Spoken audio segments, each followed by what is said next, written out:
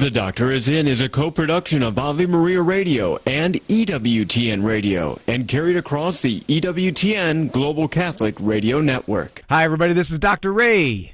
You are listening to a least worst of The Doctor Is In. We have no best of, but this is truly one of our least worst.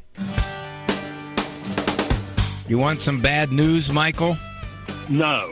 What are you asking me? You're the guru of the gray matter. I figured if anybody had it, you'd have the answer. I can't give you any direction. I think I'm going to have to change this channel. I'm sorry. You're completely wrong. I refuse to be wrong on 2 calls in a row. Tell me I'm spot on or tell me I'm crazy as all get out. I have no idea. I have a 6-month-old, so we'll be raising him according to Dr. Ray. Talk about being a winner. So, you want my question? You ain't making any sense. You're absolutely right. I just needed confirmation. So what are you going to do about it, Dawn? I'm calling you. Now, from the studios of Living Bread Radio Network in Canton, Ohio, the hometown of Mother Angelica, here's Dr. Ray. That's it. I'm tired of putting out one book at a time. Trilogy. Trilogies are the new things now. You know, the Lord of the Rings trilogy, I mean, that's a masterpiece. So I want to model myself after that. I've got a trilogy coming out. First book is Humility for Fun and Profit. Yeah. Mm-hmm. And then the second in the series is Advanced Humility. And the third is, well, it's a little bit of my autobiography, My Life of Meekness. It's my new trilogy. It's following up on the book that I wrote last year, The 3 Most Humble People I Know, and how I taught the other 2. Please do not email me saying, you need to quit talking about your humility. Please don't do that, okay? If you can't see, well, of course you can't see. This is radio. My tongue planted way deep in my cheek. You ain't looking. Oh, anyway. Well, thank you so very much for joining me here on The Doctor Is In. Wonderful, as always, to be with you. This is a major privilege. Hey, I want to thank the folks there in Iowa Catholic. I don't even know if they're running the program today because they're on their fall fundraiser. I had a chance to be with them this morning. One of the great local hosts, John Leonetti. He's tremendous. He's 100% Italian, and of course, every once in a while he has me on the show, and I'm 100% Italian. I told him, I said, John, why don't I have a new show for Iowa Catholic right after yours? You're Italian, I'm Italian. We could just title it All Day Go, All Day. I can say that. I'm Italian. I can say that. All right, couple of items of business here. I want to read this one. This is some great people, so let me get it here. Our Lady of Perpetual Help Radio, serving Essex Junction, Vermont, celebrating 7 years with EWTN. How wonderful. Congratulations. Donna McSorley and all the team there at WRXJ. You guys listening to me? Sure hope you at least run my program. From all of us here at EWTN. Thank you so very much. And one more. Well, a couple items of business. The one thing I want to say is, good Lord permitting, going up to Clarkston, Michigan. Right to Life Banquet on Thursday. That's tomorrow. Of course, if we're rerunning this program, if it happens to make the status of a least worst, Andrew, I'm just going to right now qualify it by saying, if this is a least worst program, ignore the fact that I dated it, and tomorrow I will not be at Deer Lake Banquet Center for the Right to Life Michigan, Right to Life in Clarkston, Michigan. But right now this is live, so I am planning on that. If you'd like to go, I don't know how they do the ticket thing, but you can probably just walk in and say, hey, I know the guy that's doing the speech or whatever. All right, got that? This definitely one of my very, very favorite short stories. It conveys an exceptional lesson about life and our Lord's will. It's written by a guy named Max Lucado. Hey, he's Italian. All day, go all day. And I'm going to get some theme music from Bill Conti, Rocky, you know. Sylvester Stallone. Man, we'll just link it. I may even let Teresa Tomeo make a cameo. another Italian word. Lucado is a Christian author, and he's very much on target about a whole lot of things. Once upon a time, there was an old woodcutter who lived in a tiny village. Although poor, he was envied by all, for he owned a beautiful white horse. Even the king coveted his treasure. A horse like this had never been seen before. Such was its splendor, its majesty, its strength. People offered fabulous prices for the steed, but the old woodcutter always refused. This horse is not a horse to me. He is a friend. How could anyone sell a friend? The man was poor, and his friends all urged him to sell, but the man never sold the horse. One morning, the woodcutter found that his horse was not in the stable. All the village came to see him and scolded him. "You old fool, you should have sold your horse. You could have gotten whatever price you wanted. No price would have been too high. Now the horse is gone, and all you can do is weep." The old man responded, "No, you go too far. Who knows if my loss of the horse is a blessing or a curse? Only God knows. No one is wise enough to know how this will turn out. Only God knows. So just bless his name and go on with your life." The people of the village laughed. They thought the woodcutter was a fool. If he wasn't, he would have sold the horse and lived off the money. After 15 days, the horse returned. He hadn't been stolen. He'd run away into the forest.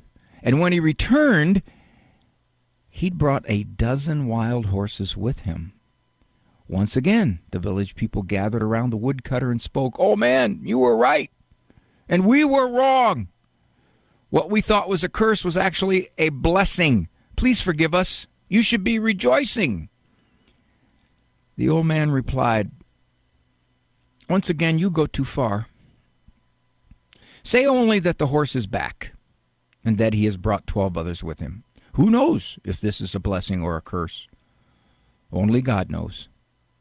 No one is wise enough to know how this will turn out. Only God knows. Just bless his name and go on with your life." The people said little, but deep down they knew the old woodcutter was wrong. 12 wild horses had returned with one horse. They knew this was a blessing.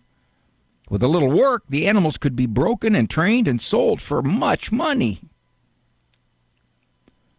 The old woodcutter had a son, his only son. The young man soon began to break the wild horses. After a few days, the lad fell from one of the horses and broke both legs.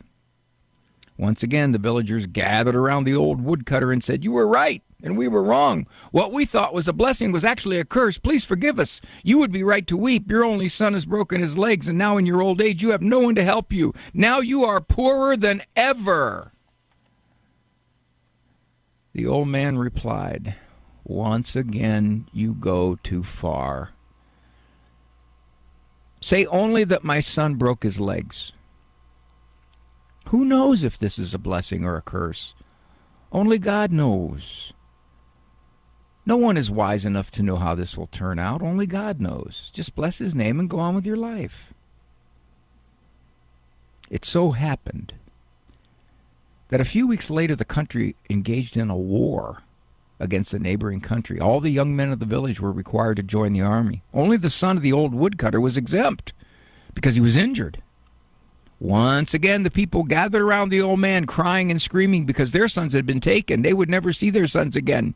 "You were right, old man," they wept. "This proves your son's accident was a blessing. Your son's legs may be broken, but at least he is with you. Our sons are gone." The old woodcutter replied, "Once again, you go too far. Say only that your sons had to go to war while mine did not. Who knows if this is a blessing or a curse? Only God knows. No one is wise enough to know how this will turn out. Only God knows. Just bless his name and go on with your life. Proverbs 9, verse 10, Psalm 111, verse 10, both say the fear of the Lord is the beginning of wisdom. Apparently, the woodcutter had much to teach about wisdom. Wow. For me, what a smack upside the head. Who knows if that smack upside the head's a blessing or a curse? You can't know. You think something is terrible and awful?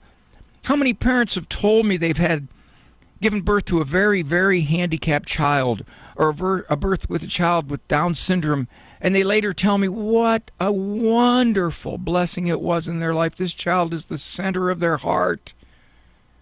And in the beginning, they were scared, they were nervous. What happened? Can I deal with this? I was 34 years old. I sat in a Queen Anne's chair in our living room, telling my wife I'd just come back from Cleveland Clinic, where the doctor said, if you conceive children, get on TV and talk about it, because it'll be a miracle. This wasn't one of those things where, you just got to relax. It's okay. A lot of times people don't think they can have kids, and then boom, 4 years later they got a kid. No. My situation was very different. My wife and I shared some tears because my wife just wanted more than anything else to be a mother. Now, the culture would look at her like, oh, boy, are you stunting your emotional social growth? She's not allowed to have her own choice, We are wide open. Diversity, that's right, except when you choose to have traditional morals and roles. So we figured, oh boy, we were hoping so much to have children. Not going to happen. Well, what do we do now? Maybe we can adopt. We'll try. Even back then, it was getting tougher and tougher to adopt. Avenues were being closed and waits were getting longer. Oh well, we'll see what we can do. 12 years later, we had 10 kids. What we thought was a curse, infertility, was a blessing. God gave us 10 kids. There was no way we could have had 10 kids at our ages. My wife was 29. Even if you go every other year, by the time she got to 40, we'd have 5. Be about it. That's if everything went well. What we thought was a curse was a blessing. You can't know. You just can't know. You're finding out you're going to have surgery, and you're thinking, oh no, this is terrible, this is awful.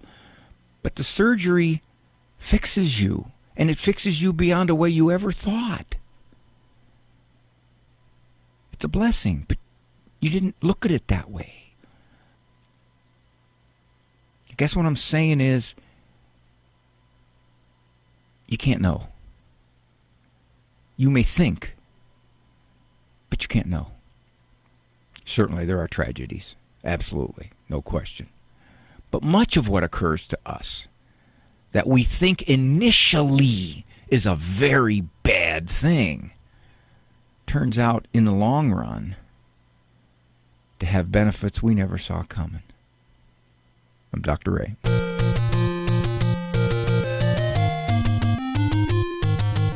We'll return after these messages. Underwritten in part by the following nonprofit. Are you paying high prices with a traditional health insurance company that pays for things that violate your conscience? There's an alternative available. Solidarity HealthShare is a community of faithful individuals and families that never share into immoral medical services, all while saving you money with prices starting as low as $85 per month for singles and $512 for families. Never fund another abortion with your healthcare dollars. Call 844-313-4999 to learn more. The following program is brought to you in part by MyCatholicWill.com. Surveys show that more than half of Americans do not have a will. At MyCatholicWill.com, it takes as little as 15 minutes to write your will and secure a legacy of faith. MyCatholicWill.com is the exclusive online destination for creating a Catholic will. The process of writing a will is simple and now more accessible than ever. MyCatholicWill.com, a legacy of faith for those you love. Maybe you've been hearing a lot about the need to make a spiritual communion while participating from home in a live-streamed or broadcast Mass. By asking for spiritual communion, we are acknowledging that the Holy Mass is the perfect, best way to worship God. The priest intercedes perfectly for us with God the Father because he acts in persona Christi. This is the time to see that through the priest's representation of Christ's sacrifice on Calvary, we are never separated from our Lord. Jesus, I embrace you and unite myself wholly to you. When your children consider going to college, where are you going to find a place that will prepare them for the future and build on the foundation that you've laid? The answer? Ave Maria University. With an authentically Catholic curriculum including 35 majors, AMU prepares students to take on the world. I've seen the difference in my son since he's been at Ave Maria. He's happy, he's excited about what he's going to do with his degree, and he's living his faith. Learn more at avemaria.edu. That's avemaria.edu. You are listening to the list worst of the Doctor is in with Dr. Guarendi. He has no best of. I could not find them on the shelves. So please, no calls at this time.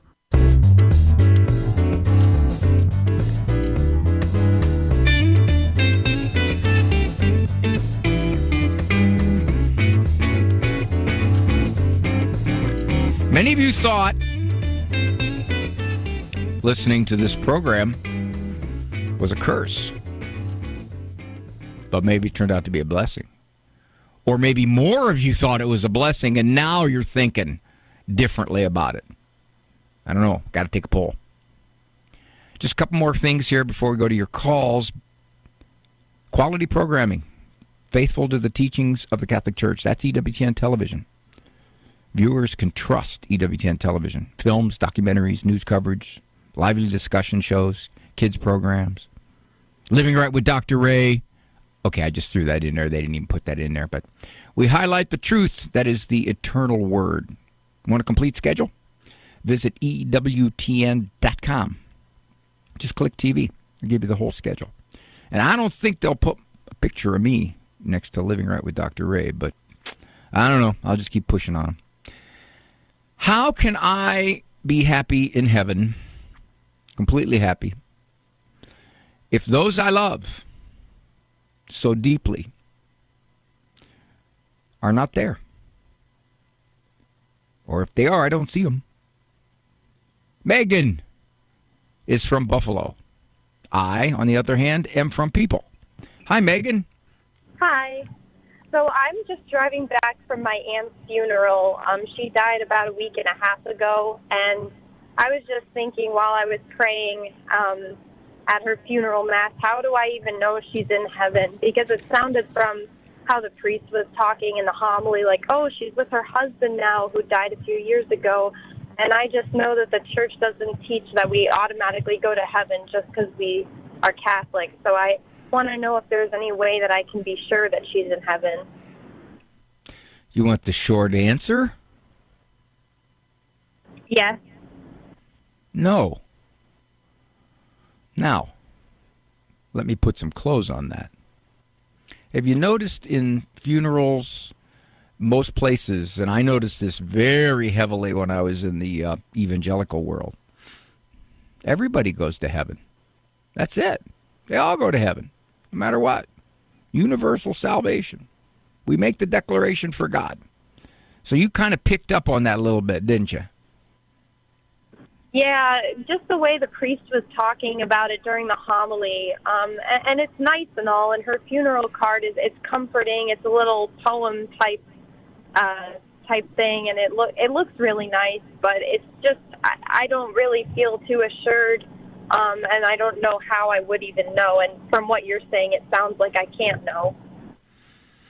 You can't, because one thing here, Megan, that's pretty straightforward is that I'm not God. I mean, he makes that judgment. Now, what do you do?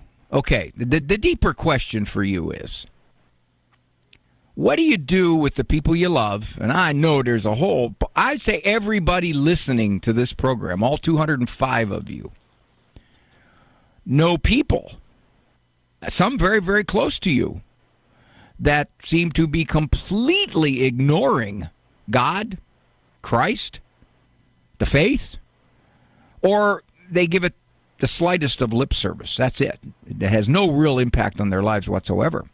And you're thinking, what will be their destination, right? Yeah. Well, a couple of things, and these are just answers I've heard from wiser folks than I. One, we trust in the mercy of God.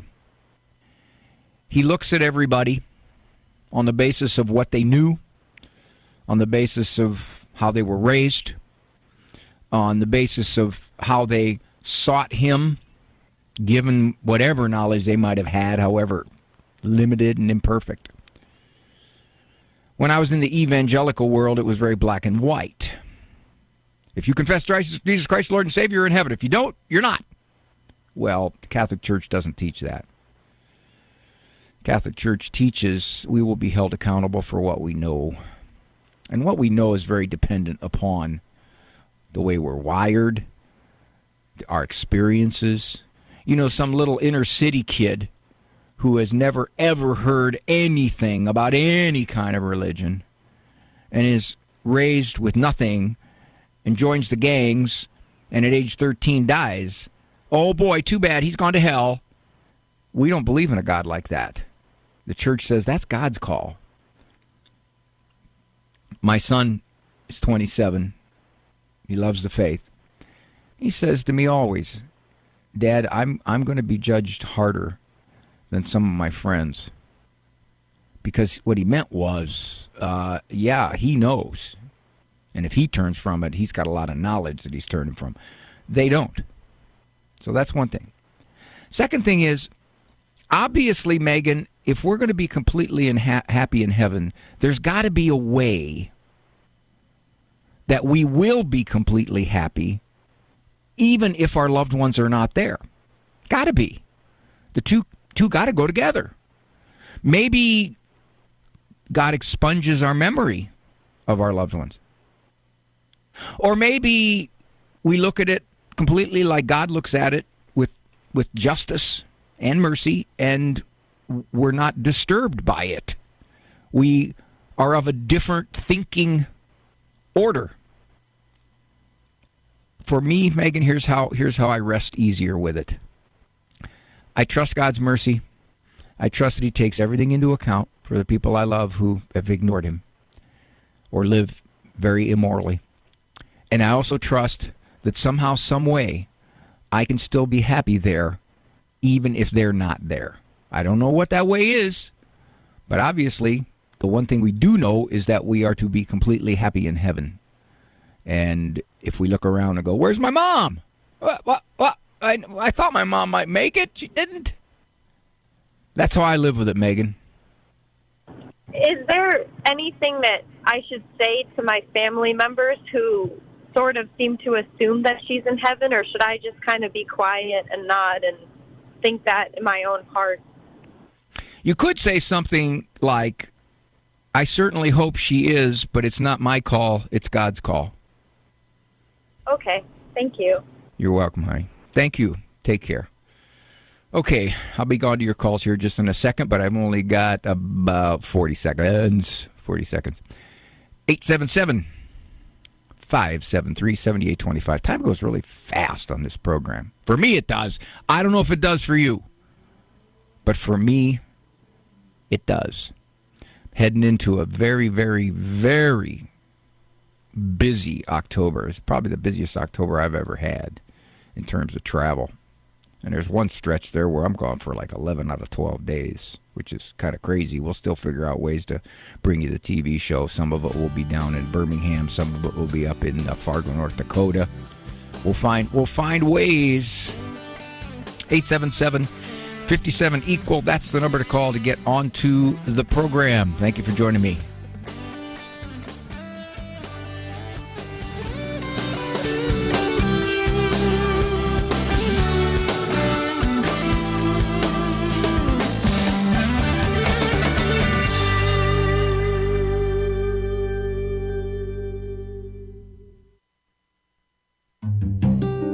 He is only one of 4 popes honored as the Great. Matthew Bunsen and the Doctors of the Church. St. Leo I was pope at a time when Roman civilization was being overrun by barbarian armies. He stood as a light in the darkness and even saved the city of Rome from destruction by Attila and the Huns. Leo died in 461. For more about the Doctors of the Church, visit doctorsofthechurch.com. How do we listen to God? Contrary to popular opinion that God only speaks to the privileged few, the Catholic Catechism tells us he communicates to all of us through our conscience. On our hearts, in our most secret core, God has inscribed the moral law. This law calls man to live and to do what is good and avoid evil. In the aloneness of the sanctuary that is our conscience, our Creator's voice echoes in our depths. When he listens to his conscience, says the Catechism, the prudent man can hear God speaking. Conscience is a judgment of reason whereby the human person recognizes the moral quality of a concrete act about to be performed, is already performing, or has already been performed. John Henry Cardinal Newman defined conscience as the law of the mind whereby God speaks to us behind a veil. This is Peggy Stanton, and this has been the Order of Malta's Minute with the Catechism. Do you have a teenager at home who's full of potential? Too often the world is telling you to be content with mediocrity instead of raising respectful and responsible young adults with strong character. Hi, everybody. I'm Dr. Ray.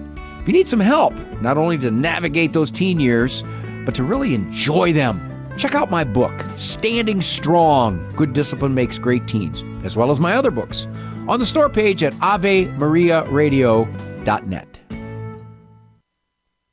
You're listening to the Least West of The Doctor Is In with Dr. Ray Guarendi. So please, no calls at this time.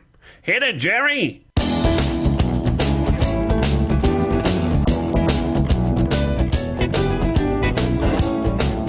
Doing a show full bore. I need to add that ing to that gerundive.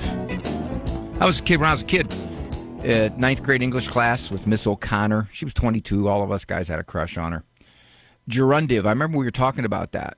I thought, man, they got a whole part of speech named after me. Is that cool or what? Now, I don't know if I'm pronouncing this right. Is it Winley? Winley? Is that correct? Yes, Dr. Ray. Yes, you made my day. Thank you, for dear. taking my call. Oh, you're welcome. What's going on? I have a 13-year-old daughter.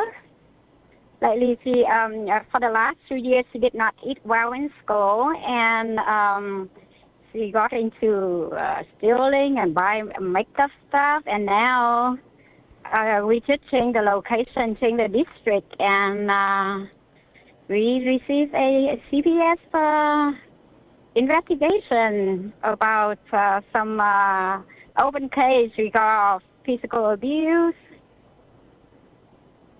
And there's an allegation against my husband, and also that she say to people that we are going through separation. Are they Winley? Are they investigating it right now? They did. They make a meeting, and they came down, and at the end, it just last week, the lady said that we be fine, but my daughter needs help. But she talked to the counselor at the school and some teachers, and created a story that my son and her being abandoned, and right now it's just like it's just so hard that I don't know what to do, because I want to know the truth, because I keep on telling my daughter, yes means yes, no means no, the truth will set you free, because you say something that involves a lot of people, and that is not the way that God teaches. It sounded like you were saying before all these accusations she was getting more out of control. Yes, but it's not like this right now. Not like.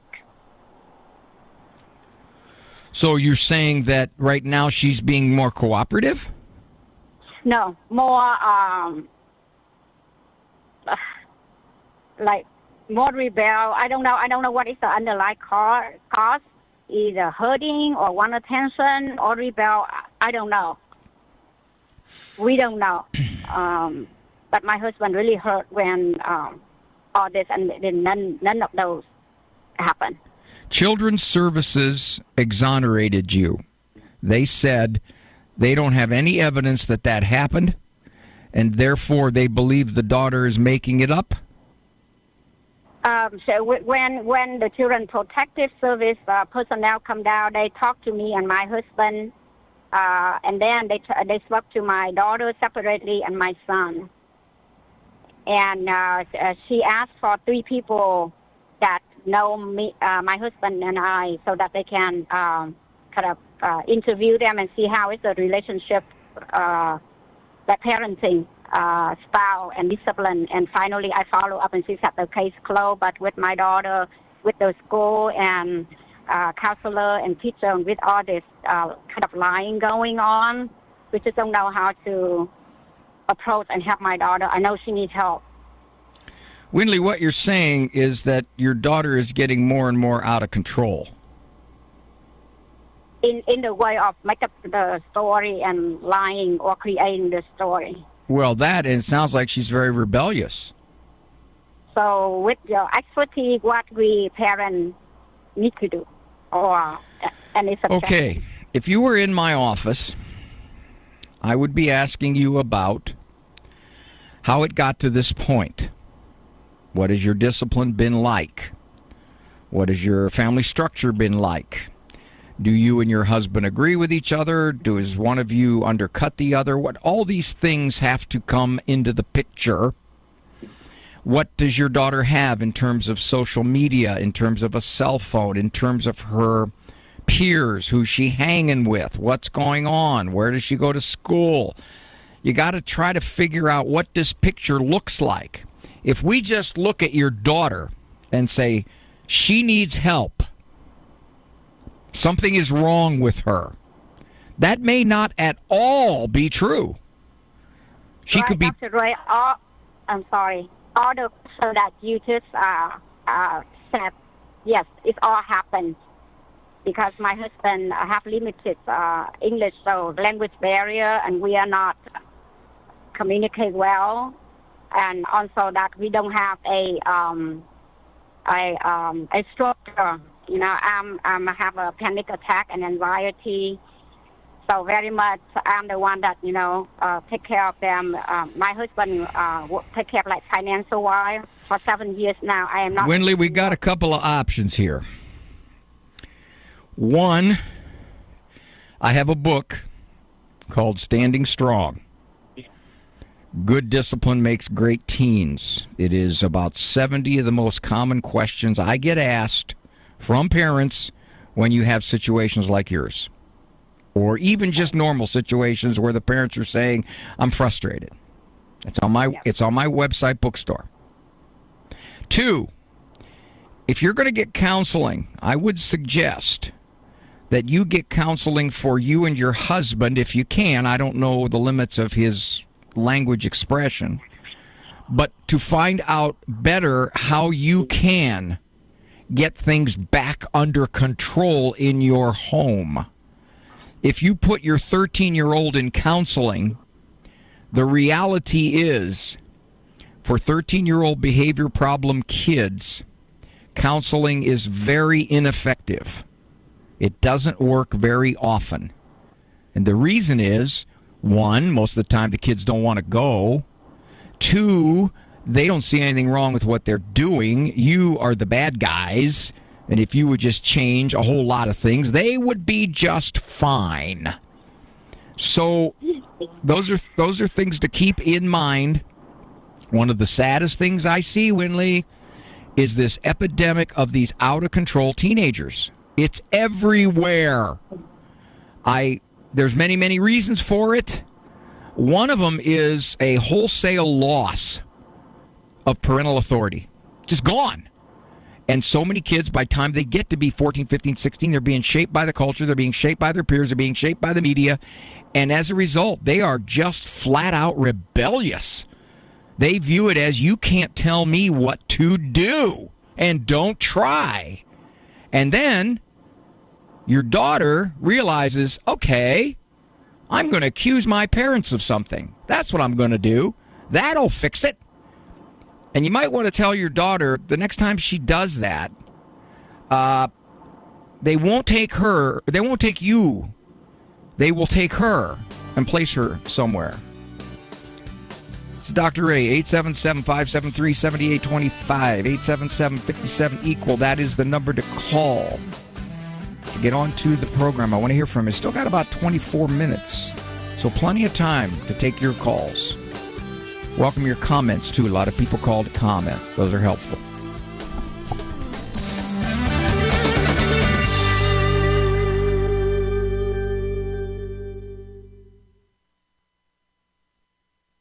Catholic Connection with Teresa Tomeo. We make no bones here at EWTN and Ave Maria Radio that we are Catholic and that we are here to educate the Catholic faith. So we're very clear as to whom and what we represent. But you can't hide behind a title like the secular media do, claiming they're a news operation when it's nothing but propaganda for particular causes. It goes back to the pride of not admitting that maybe we need to look in the mirror and change some things. And I know from a personal perspective, I dug in my heels in terms of not wanting to leave the secular media. Oh no, I have a better plan. If you could just keep me here and let me make the big bucks, and I'll still do my Christian thing here and there, we can be besties, God. It took me 3 years to finally say, I am yours, I was made for you, what do you want me to do? Catholic Connections, Teresa Tomeo. Weekdays, 9 a.m. Eastern on EWTN Radio. Christ is the answer with Father John Riccardo. John 14.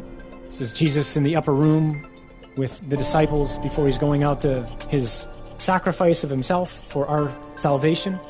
And Philip says to the Lord, show us the Father and we'll be satisfied. And Jesus looks at Philip and says, Philip, have I been with you all this time? Don't you understand? When you see me, you're looking at the Father. In fact, only 2 people throughout human history have given rise to the question, not who is he, but what is he? The 2 people are Buddha and Jesus. Buddha's answer was, don't come to me, don't look to me, look to my doctrine, look to what I teach.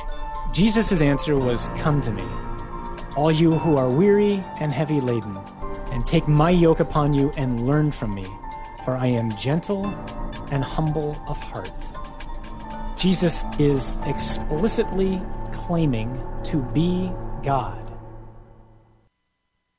Hi, everybody. This is Dr. Ray. You are listening to a least worst of. The doctor is in. We have no best of, but this is truly one of our least worst.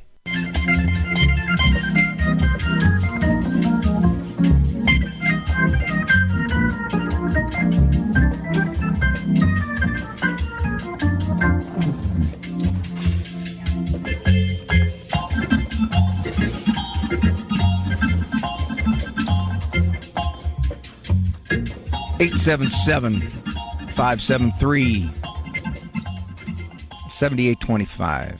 877-57-EQUAL. I think one of the great tragedies of our culture is that more and more parents, even good parents, are facing an adversarial situation with their kid. This 14, 15, 16, 17-year-old is almost the behavioral enemy. I don't like your rules. I don't like the way you do things. I don't like the way you put limits on me. I don't like the way you're out of touch with the whole wave of the culture. And it breeds resentment, breeds resistance. This is interesting. There's 2 factors that are interweaving. One is the fact that the last 50 years, the experts have swamped parenting with their theories and their notions, and they have really overthrown a lot of traditional wisdom about the parent's role. They really have. And so many parents are nervous about asserting authority, and it begins when the kid's 2. And it goes on for multiple years, and now the kid's 14. That's typically, I will tell you, when a parent comes in with a 14-year-old, they don't usually say, "Oh, I was a wonderful kid till 6 months ago." That can happen, but it's not the norm. They've been following a lot of theories that sound so nice on paper. They sound so kind. They sound so good. They sound so, can't we all just get along? Come on. I love you. You love me. That's the way it should always be. Yes, this is true. Your parenting is an umbrella of love. Absolutely. There's no question. You can't just have authority without love. You're in big trouble. But so much of the calm, confident authority is gone. Many parents look back a generation or two ago and say, man, oh man, I never would have done that to my parents. My dad had the look. They wonder where it's all gone. Yeah, that's one thing. But then the other factor is the incredible shaping power of what our kids confront. I saw a very unsettling statistic. I don't know how true it is. Seems to be somewhat legit. 15% of kids who go to college lose their faith. Now, some of them are not permanent, but I would venture to say the majority of it. Talk about shaping power. They were raised for 20 years a certain way, 18 years a certain way, and then a year or two of being told. I just saw a statistic. It was wild. This is not a political statement, but this is a statement that indicates how someone may view things if, in fact, they are of a particular political persuasion. They did a survey of professors, and I didn't dig deep into the survey to know where and how many, but it was a lot. It was like 4,000 something.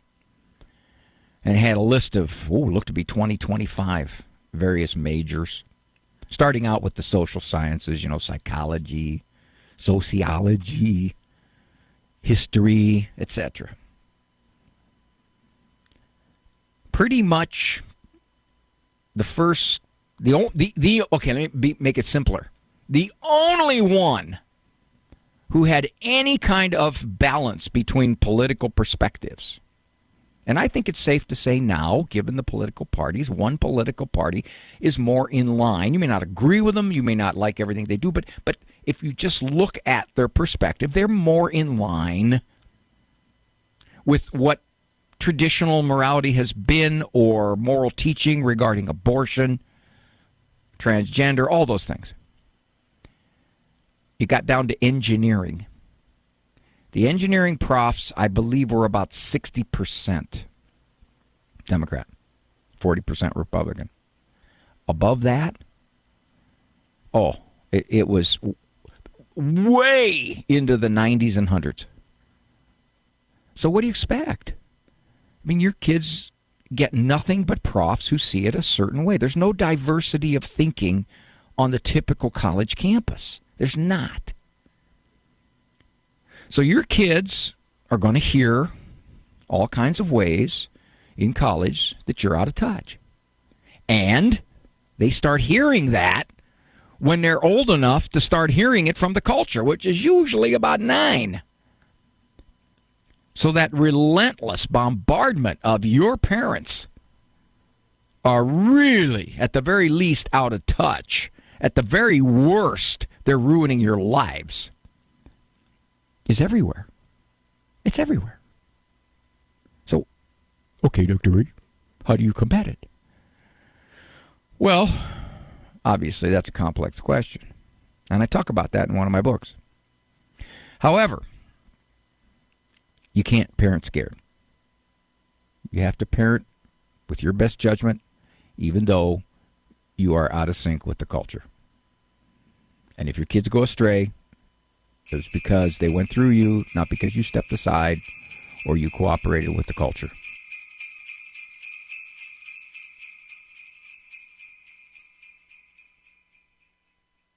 Ave Maria Radio's Good News Cruise is more popular than ever. Every year, couples testify how their marriages are revitalized and transformed. The 2026 cruise is already 3/4 full, so if you want to join, now is the time. Special guests include musicians Andrea Bocelli, Matt Maher, Sarah Kroger, and John Ignati, as well as hosts from Ave Maria Radio. Fun, romance, devotion. Go to AveMariaRadio.net and click on the Travel tab to find out more. Father Benedict Rochelle. I don't think people should have negative fears of God, but I think you should get a lump in your throat. You should feel excited. Suppose I was going to take you and introduce you to the Pope or to the President of some country or something. You might get a little lump in your throat. Forget it. Every day, you, I, live and move and have our being in the presence of God. These are the class of feelings we should have, and we should have them to an intense degree if we really had the sight of Almighty God. These feelings are the feelings which we shall have if we realize His presence, and in proportion as we believe that He is present, we shall have them. And not to have them is not to realize, not to believe that God is present to us. The people you know and trust are on EWTN. Do you own popular index mutual funds or ETFs? If so, you're automatically own shares of companies that conflict with your moral beliefs. Ave Maria mutual funds are managed to conform to pro-life and pro-family values. Long-term investors can invest in the no-load Ave Maria mutual funds. The experienced professional portfolio managers make decisions based on investment fundamentals and pro-life values. You can learn more about Ave Maria mutual funds today at 866-AVE-MARIA or visit AveMariaFunds.com. You're listening to The Least Worst of The Doctor Is In with Dr. Ray Guarendi. So please, no calls at this time. Dr. Ray Guarendi. Oh, I've not made this announcement. Pushing. One might say groveling. Because it was just reminded me, we got a caller from Real Presence in North Dakota, which I will get to in a second. October 23rd, 24th, we will be taping 4 shows, God willing, Living Right with Dr. Ray in Fargo, North Dakota. How nice. Yeah, if you go to realpresenceradio.com/Living Right with Dr. Ray, you can sign up to be in the audience for that EWTN program since season number 14. Guarantee you'll have fun. Bring the kids. We love kids in the audience. Absolutely. We love goldfish, stuffed animals, anything. Wicker baskets, whatever you want to bring. Just fill up those seats. More people in the audience, the better. Love to have you. Got 4 shows, 2 each night. Would be 5:30 and 7:15. A lot of times what happens is the people who intend to come for only one at 5:30, they stay. They stay for the 7:15 because they had a lot of fun. And we feed you between shows. So those of you with the big families, it's worth your money. What the heck? You can make $30, $40 just feeding your kid one time. Or your kids. Especially if you have teenage boys. All righty? So, hope to see you there. All right, Real Presence. Speaking of Real Presence Radio, got an anonymous caller. Hi, Anonymous. Yes.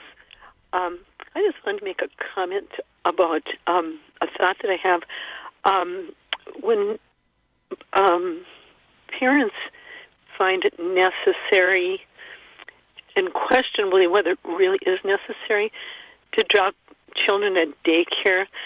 I've been past some daycares and just wondered to myself, that's the foundation that our children have, and to then, as a child gets older, that they turn to, the parents turn to cell phones and stuff to accommodate the child. I just have a real problem with how many people actually find it necessary to send their children to daycare, period. When you say necessary, do you mean because of the financial situation for many of them, that you have to have 2 people working? Or do you say necessary because they want a lot of the really, really good stuff and they don't want to sacrifice? I'm thinking more the second, that there's more of a feeling that way. That if you don't have the finest, food, the name brand food and name brand Kleenex and toilet paper, whatever, that, and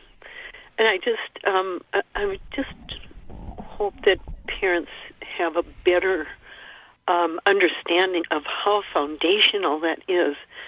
I live near a daycare, and when I hear a child cry and the daycare provider yells at the child, and all of a sudden it goes silent, and I'm thinking that there's 6 other tiny children that hear that, and I'm not picking on daycares. I think that some of them are very necessary, but anyway, that's just my comment.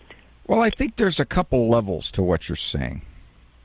I think it's safe to say, more likely, those parents who are Christian and who welcome children as gifts of God and just decide they're not going to have 1.86 because the culture says that's all you're allowed to have, are more likely to sacrifice. They are more likely to say, we're going to have to do without because I want to stay home. I want to, especially during those critical years. The culture, on the other hand, is a very materialistic one. And if anything is new and better, we got to have it. So they don't see any moral issue. They don't see any family issue with saying, well, it takes 2 of us to work. Another problem, of course, is taxation. Back in the 40s, the average family paid about 2% of their income in taxation.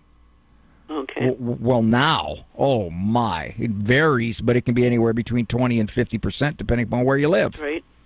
Yep. So given that, they're saying, yeah, we got to have 2 of us just to make ends meet here. Right. I was picked up at the airport by a kid this last weekend. He's 26. Uh-huh. He said he has a 1-bedroom, very tiny apartment, and it's $2,000 a month. He was grateful for it. He said, wow, that's cheap here in Southern California. I said, how do you do it? I said, you're driving a limo service. How do you do it? He says, oh, I have 2 jobs. Everybody I know has 2 jobs. You can't make ends meet without 2 jobs. So you see what happens is what it does is it captures people and says, you must now live this way. And who suffers? The kids. Yep. And then you're absolutely right. It begins early. The influence on those kids, wherever they are, whether it's daycare, whether it is preschool, wherever it is, may be good as far as it goes, but it's not mom and it's not dad. Yes. So you're right. It begins, and this is a massive cultural shift. I don't have any answer for it, to tell you the truth. I think only when a bigger minority says, well, you know what, we don't want to do it that way. We don't want to do it that way. Seems more valuable. You bring up wonderful points. Thank you, my dear. Thank you so much for calling. Yeah, I love when people call in with comments. You know why? Because I get to pontificate and say stuff. Now, when you say stuff like that, it's much more likely people are going to disagree with you. Why? Because you're commenting on society. You're commenting on, for example, that comment that I made about virtually all, like 95+% by far, in all of the majors and colleges that were polled are Democrat. Dr. Ray, so what? What? Well, the so what is that as Christians and Catholics, we are to look at our perspective, our morals, in line with, which is closer to the major political parties. That's all. Now, I say the majority of Catholics would call themselves Democrat or independent. I'm not getting into politics here. I'm just simply saying that's what they would say, even though that party is on the official record of saying we want to kill a baby to the point it's coming out of mom. Doesn't that shake anybody up? And then the nonsense of, well, that's one issue. You have to look at the whole cloth. Really? Really? Is killing a baby a big issue? If I were to say, anybody over 70, you do not get any government health support. That's it. You're using up too much of the resources. Not enough left for the younger people. If that's my political stance and I'm running for office, and you agree with me on every other single issue, would you vote for me if you're over 70? You wouldn't. You know it. So you are a single issue voter. It just depends on the issue. I got to go. Got fired up right before the end of the show. I got fired up. Woo-hoo. All right. Hey, thanks for the company. I appreciate it very, very much. I'm Dr. Ray Guarendi. Website, drray.com. All 19 book titles are there if you're at all interested. They're signed and they are discounted. Thanks, you, Andrew. Thanks, you, Eric. Thanks, you, for keeping me company. Appreciate it so much. Walk with God. Happiest walk you'll ever have.